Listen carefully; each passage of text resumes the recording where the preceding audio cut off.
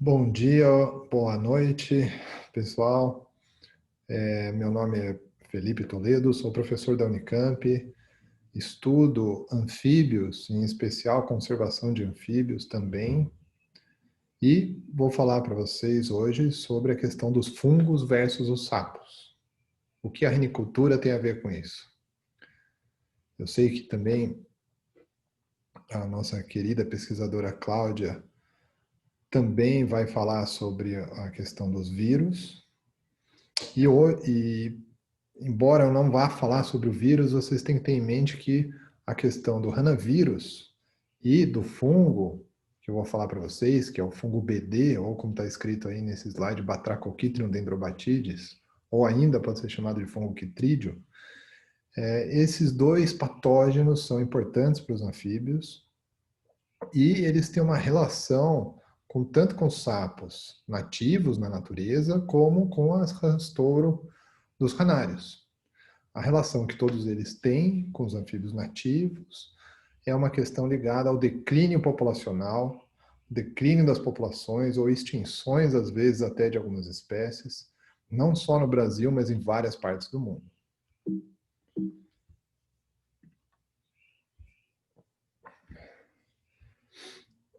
Vocês sabem que os anfíbios são os animais mais ameaçados do planeta hoje em dia. Eles são mais ameaçados do que aves, mamíferos, que são geralmente os grupos de animais que as pessoas comentam. E se a gente levar ainda em consideração que existe um alto grau de endemismo, o que é endemismo? É essa questão da regionalização das espécies. Então, cada bioma, por exemplo, no Brasil, ou cada floresta, tipo de habitat, tem uma espécie diferente, típica daquela região. Então, existe um alto grau de especialização das espécies. Em cada área que a gente vai ter um grupo de espécies, e isso torna cada área especialmente importante para os anfíbios. E ainda, a gente não conhece todas as espécies da fauna brasileira. Vejam que aqui são alguns exemplos de espécies que o meu laboratório mesmo andou descrevendo nos últimos anos. Várias espécies novas que foram descritas, tanto do cerrado, da caatinga, da Mata Atlântica, e ainda até bichos, como vocês podem ver esse verdinho aqui embaixo, chama Pithecopus e ainda está sem nome, né? Acabou de ser batizado, talvez, estou gravando aqui essa palestra antecipadamente, talvez na época do evento, esse bicho já tenha recebido um nome novo.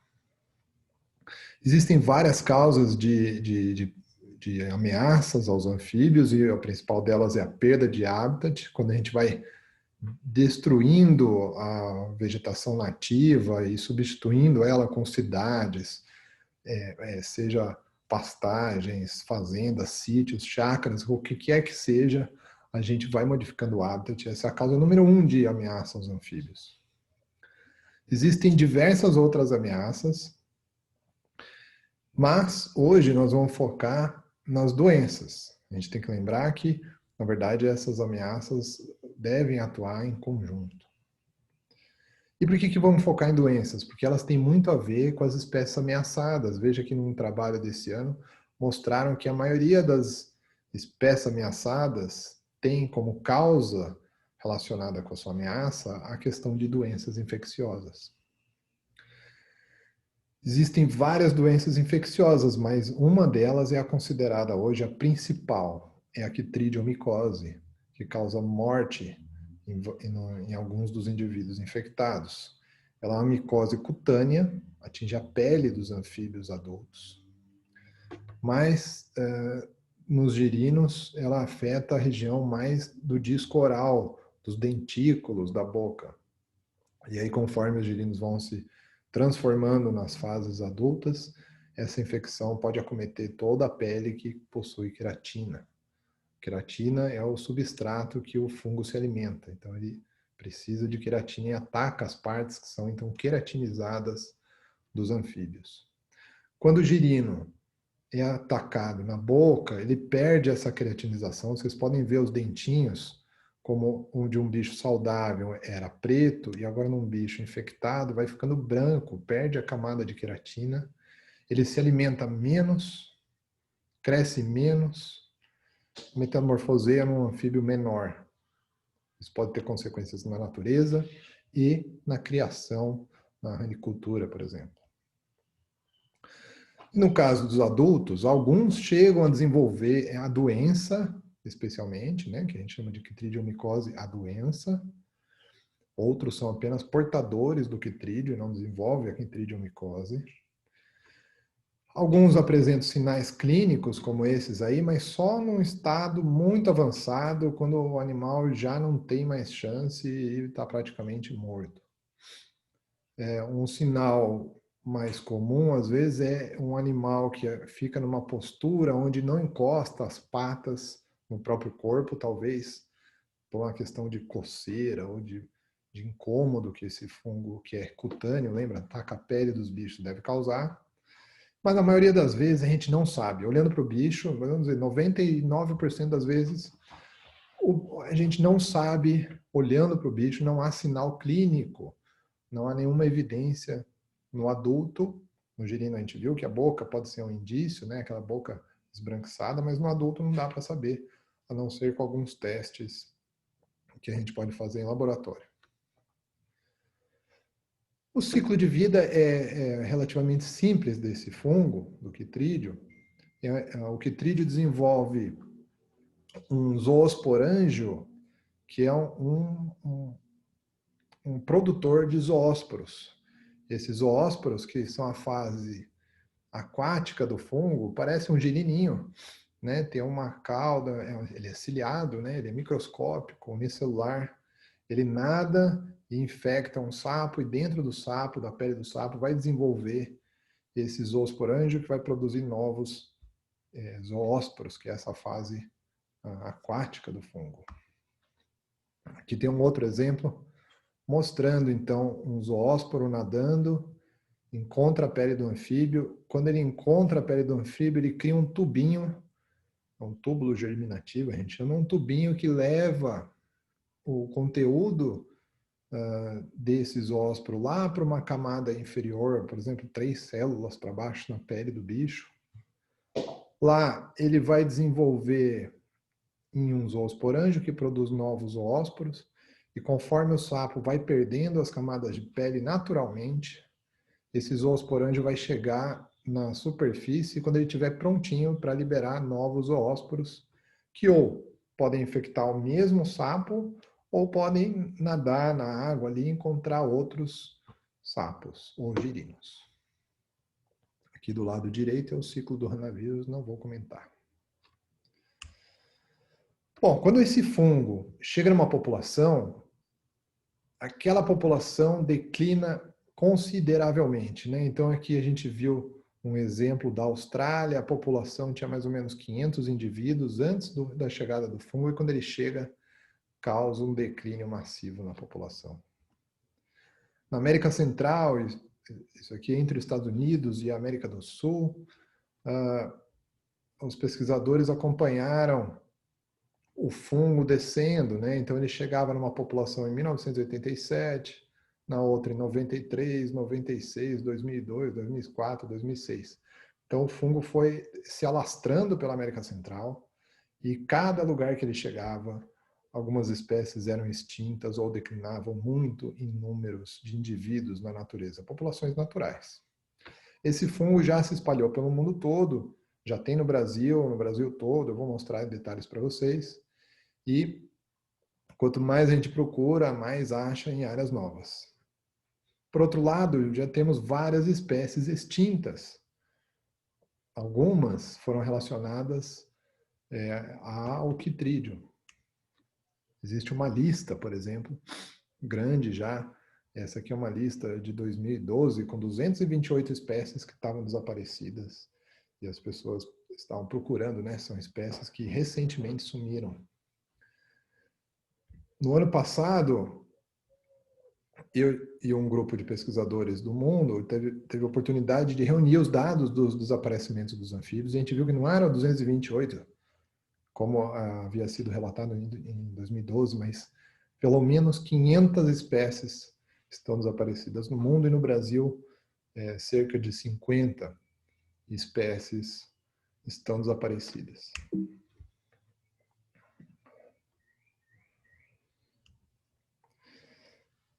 Existe no Brasil, a primeira vez que foi detectado esse fungo foi em 2005, lá em Monte Verde, em Minas Gerais, uma região serrana. Fui buscar um anfíbio nessa região, fiz análise em laboratório, detectamos o fungo. Ali a gente sabia que existia no Brasil. O próximo passo foi verificar aonde no Brasil esse fungo existia. Então, foi confirmada, pelo menos entre São Paulo e Rio de Janeiro até o Rio Grande do Sul e alguns pontos lá no Nordeste.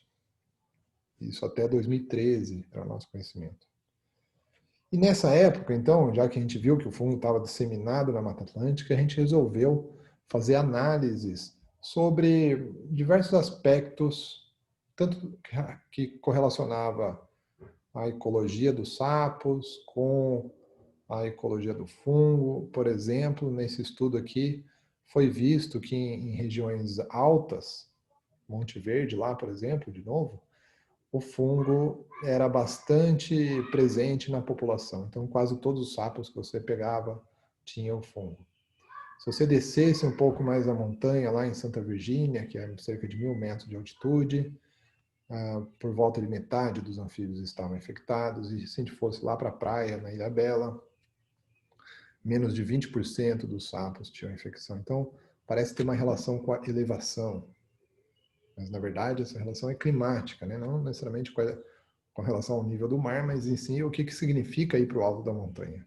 Você tem uma temperatura mais baixa, condições de chuva diferente. Então, a gente viu também que quando chove, na época chuvosa, nós temos mais indivíduos infectados do que na época seca.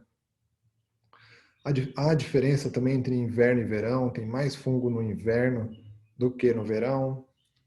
Isso foi confirmado com alguns trabalhos. Existe um efeito importante, que talvez seja interessante para vocês, que é o efeito de diluição. O que significa? Se nós mantivermos em um mesmo ambiente vários indivíduos da mesma espécie de sapo, que é o que a gente chama de single host aqui, um único hospedeiro, a taxa de infecção vai ser maior do que quando a gente mantém várias espécies em conjunto, que é o multi-host aqui, vários hospedeiros numa mesma situação de confinamento, a gente tem uma taxa de infecção menor. Tá? Então, quando a gente aumenta a diversidade de anfíbios, a gente reduz a doença. A diversidade geralmente compensa efeitos negativos, né, das doenças. Existe um fator ecológico dos bichos. Se o bicho é muito terrestre, como esses sapinhos aqui, que não tem girino, eles vivem totalmente na terra, eles têm menos infecção do que aqueles sapinhos que são mais aquáticos. Então, existe uma diferença também numa característica das espécies. Estudos recentes também com um microbioma. O que é isso? São as bactérias que vivem na pele dos anfíbios. Elas são importantes e desempenham um papel importante nessa relação do sapo com a doença. A doença é cutânea e essas bactérias cutâneas importam também em diversos tipos de relações. São descobertas novas, é um campo que está avançando bastante hoje. E uma coisa bastante interessante sobre a questão do Chytridium é a filogenia, quer dizer, é o relacionamento entre as linhagens do fungo.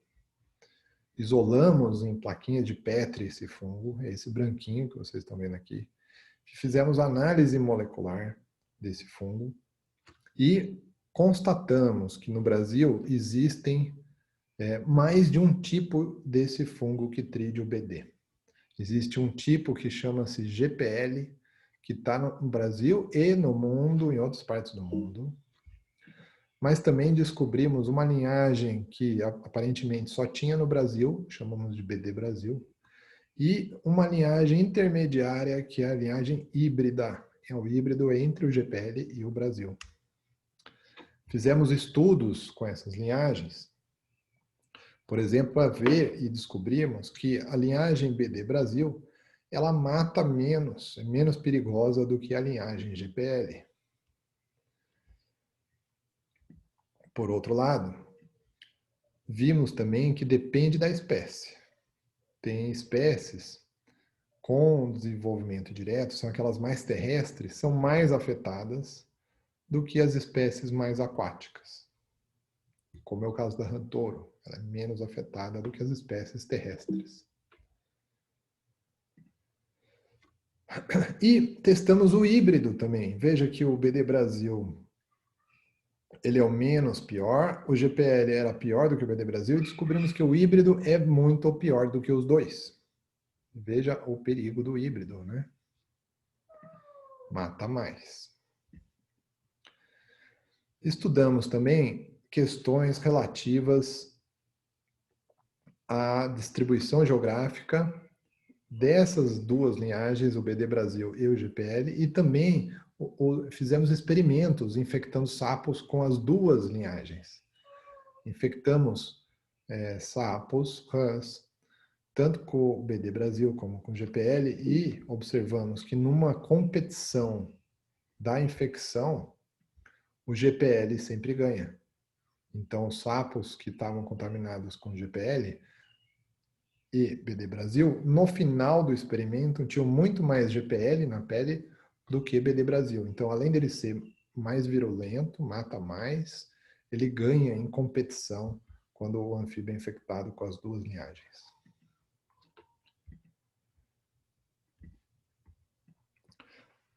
E vimos também que as linhagens estão distribuídas de maneira desigual na Mata Atlântica. Então, de Bertioga, no litoral de São Paulo, para cima, até a Bahia, a gente só encontrou GPL. E da Serra do Japim, Jundiaí, no meio do estado de São Paulo, até Santa Catarina, por exemplo, nós encontramos todos os tipos de linhagens que eu comentei até agora, o híbrido inclusive.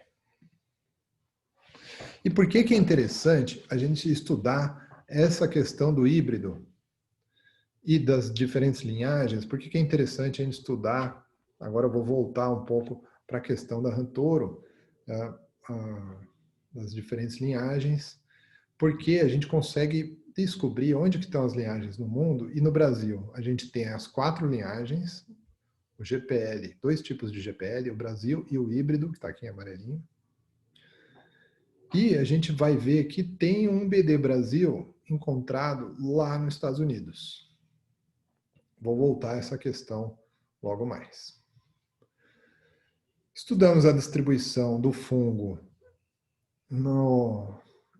na América. Vimos que ele tem muito mais na região dos Andes e da Mata Atlântica, aqui na América do Sul.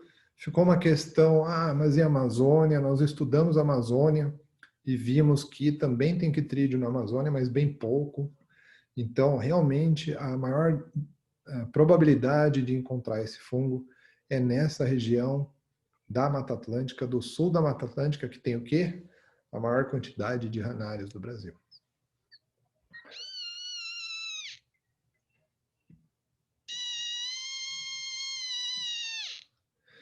Esse som que vocês escutaram agora é a vocalização dessa espécie de sapinho que vivia lá no Itatiaia.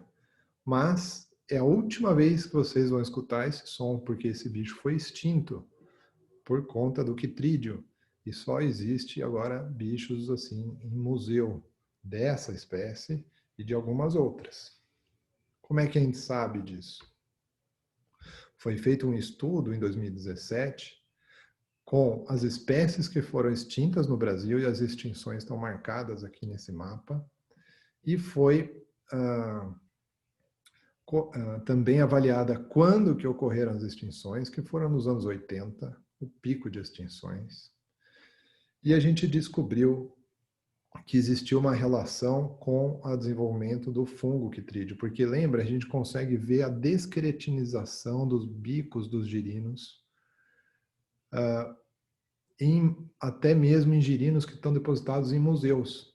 E com isso a gente consegue mapear o fungo não só no presente, mas no passado.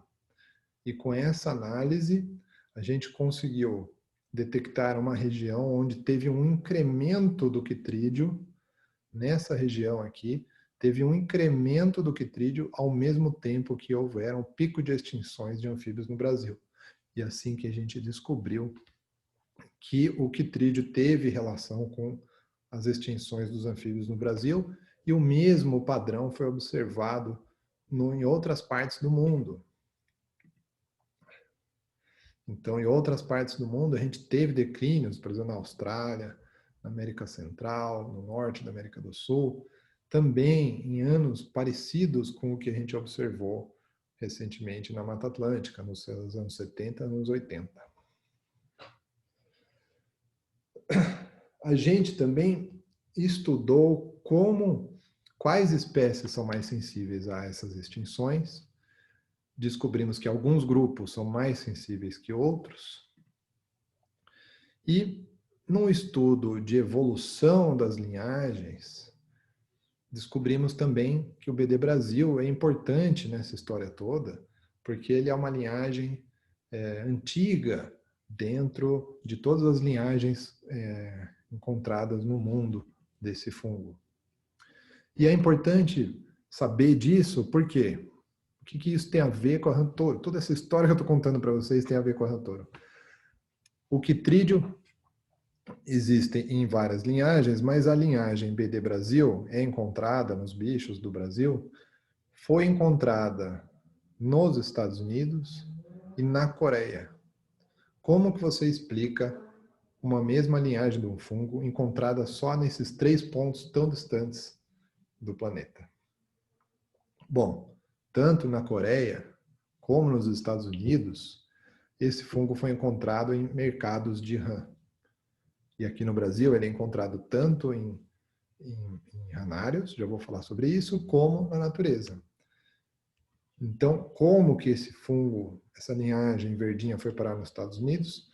Através da exportação de rã touro. No Brasil, vocês sabem isso melhor do que eu, é uma carne apreciada, mas encontra ainda limitações para expandir o negócio, ao passo que os Estados Unidos é o maior importador do mundo e outros países também já têm a cultura da culinária envolvendo rã mais tradicional, como Taiwan e a França. Então, qual foi o nosso estudo? Um deles, né? Nós queríamos ver, foi publicado no ano passado, se havia uma relação entre o quitrídeo nos ranários e alguma coisa do meio ambiente. Por quê? Em vários ranários, a água é adquirida de uma lagoa natural, muitas vezes, passa pelo ranário, a água, e depois é despejada novamente na mesma ou em outra lagoa, ou outro corpo d'água. Também rãs touro fogem dos ranários, ou são propositalmente colocadas fora dos ranários, em lagoas ou corpos d'água vizinhos. E ainda existe uma invasão no ranário de algumas espécies nativas. Um sapinho que vive numa lagoa próxima ao ranário pode entrar ao ranário também. E muitos de vocês já devem ter encontrado espécies nativas de anfíbios dentro do ranário. Então, tanto a água quanto as espécies nativas e as touro podem estar transportando o quitrídeo de dentro para fora dos ranários.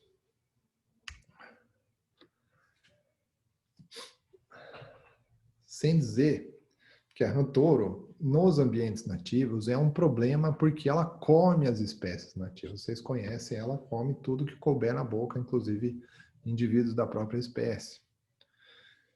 Mas observamos que os ranários apresentaram uma diferença entre o volume de quitrídeo que entra no ranário e o volume que sai do ranário. Existe uma diferença na entrada e na saída da água, mas, embora não tenha sido assim estatisticamente diferente essa quantidade de zoósporos, o importante, a observação importante é que os canários despejam nas lagoas, onde descartam água, cerca de 50 milhões de zoósporos do fungo por dia.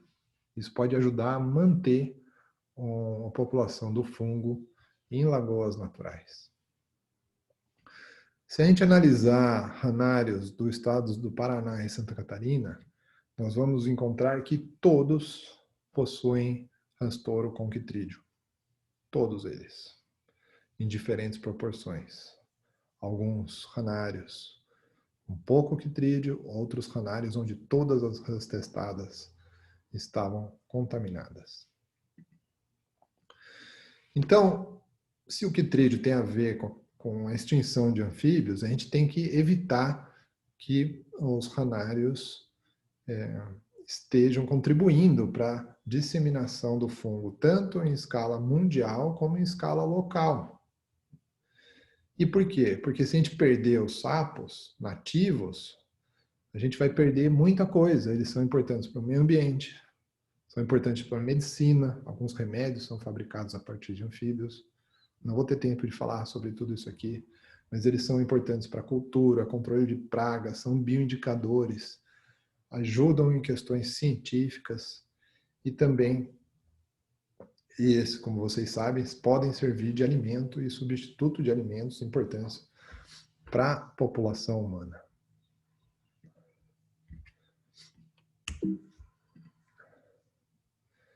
O que a gente pode fazer, então?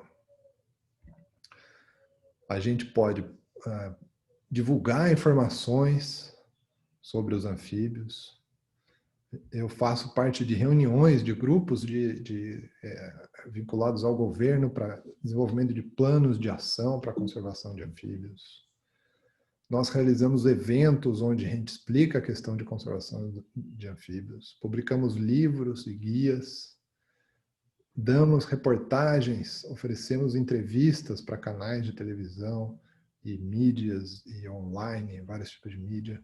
E estamos em contato com o Ministério da Agricultura, também para pensar melhor nessa questão da sanidade animal, da saúde dos bichos de ranário, o que a gente pode fazer para melhorar ou evitar que isso seja um problema. Evitando, por exemplo, extinções como desses 3 sapinhos aqui, que já foram extintos no Brasil, e a gente não pode mais perder espécies. Fica a questão, né, como que seria uma ranicultura ambientalmente correta, é o ponto a se discutir entre todos nós.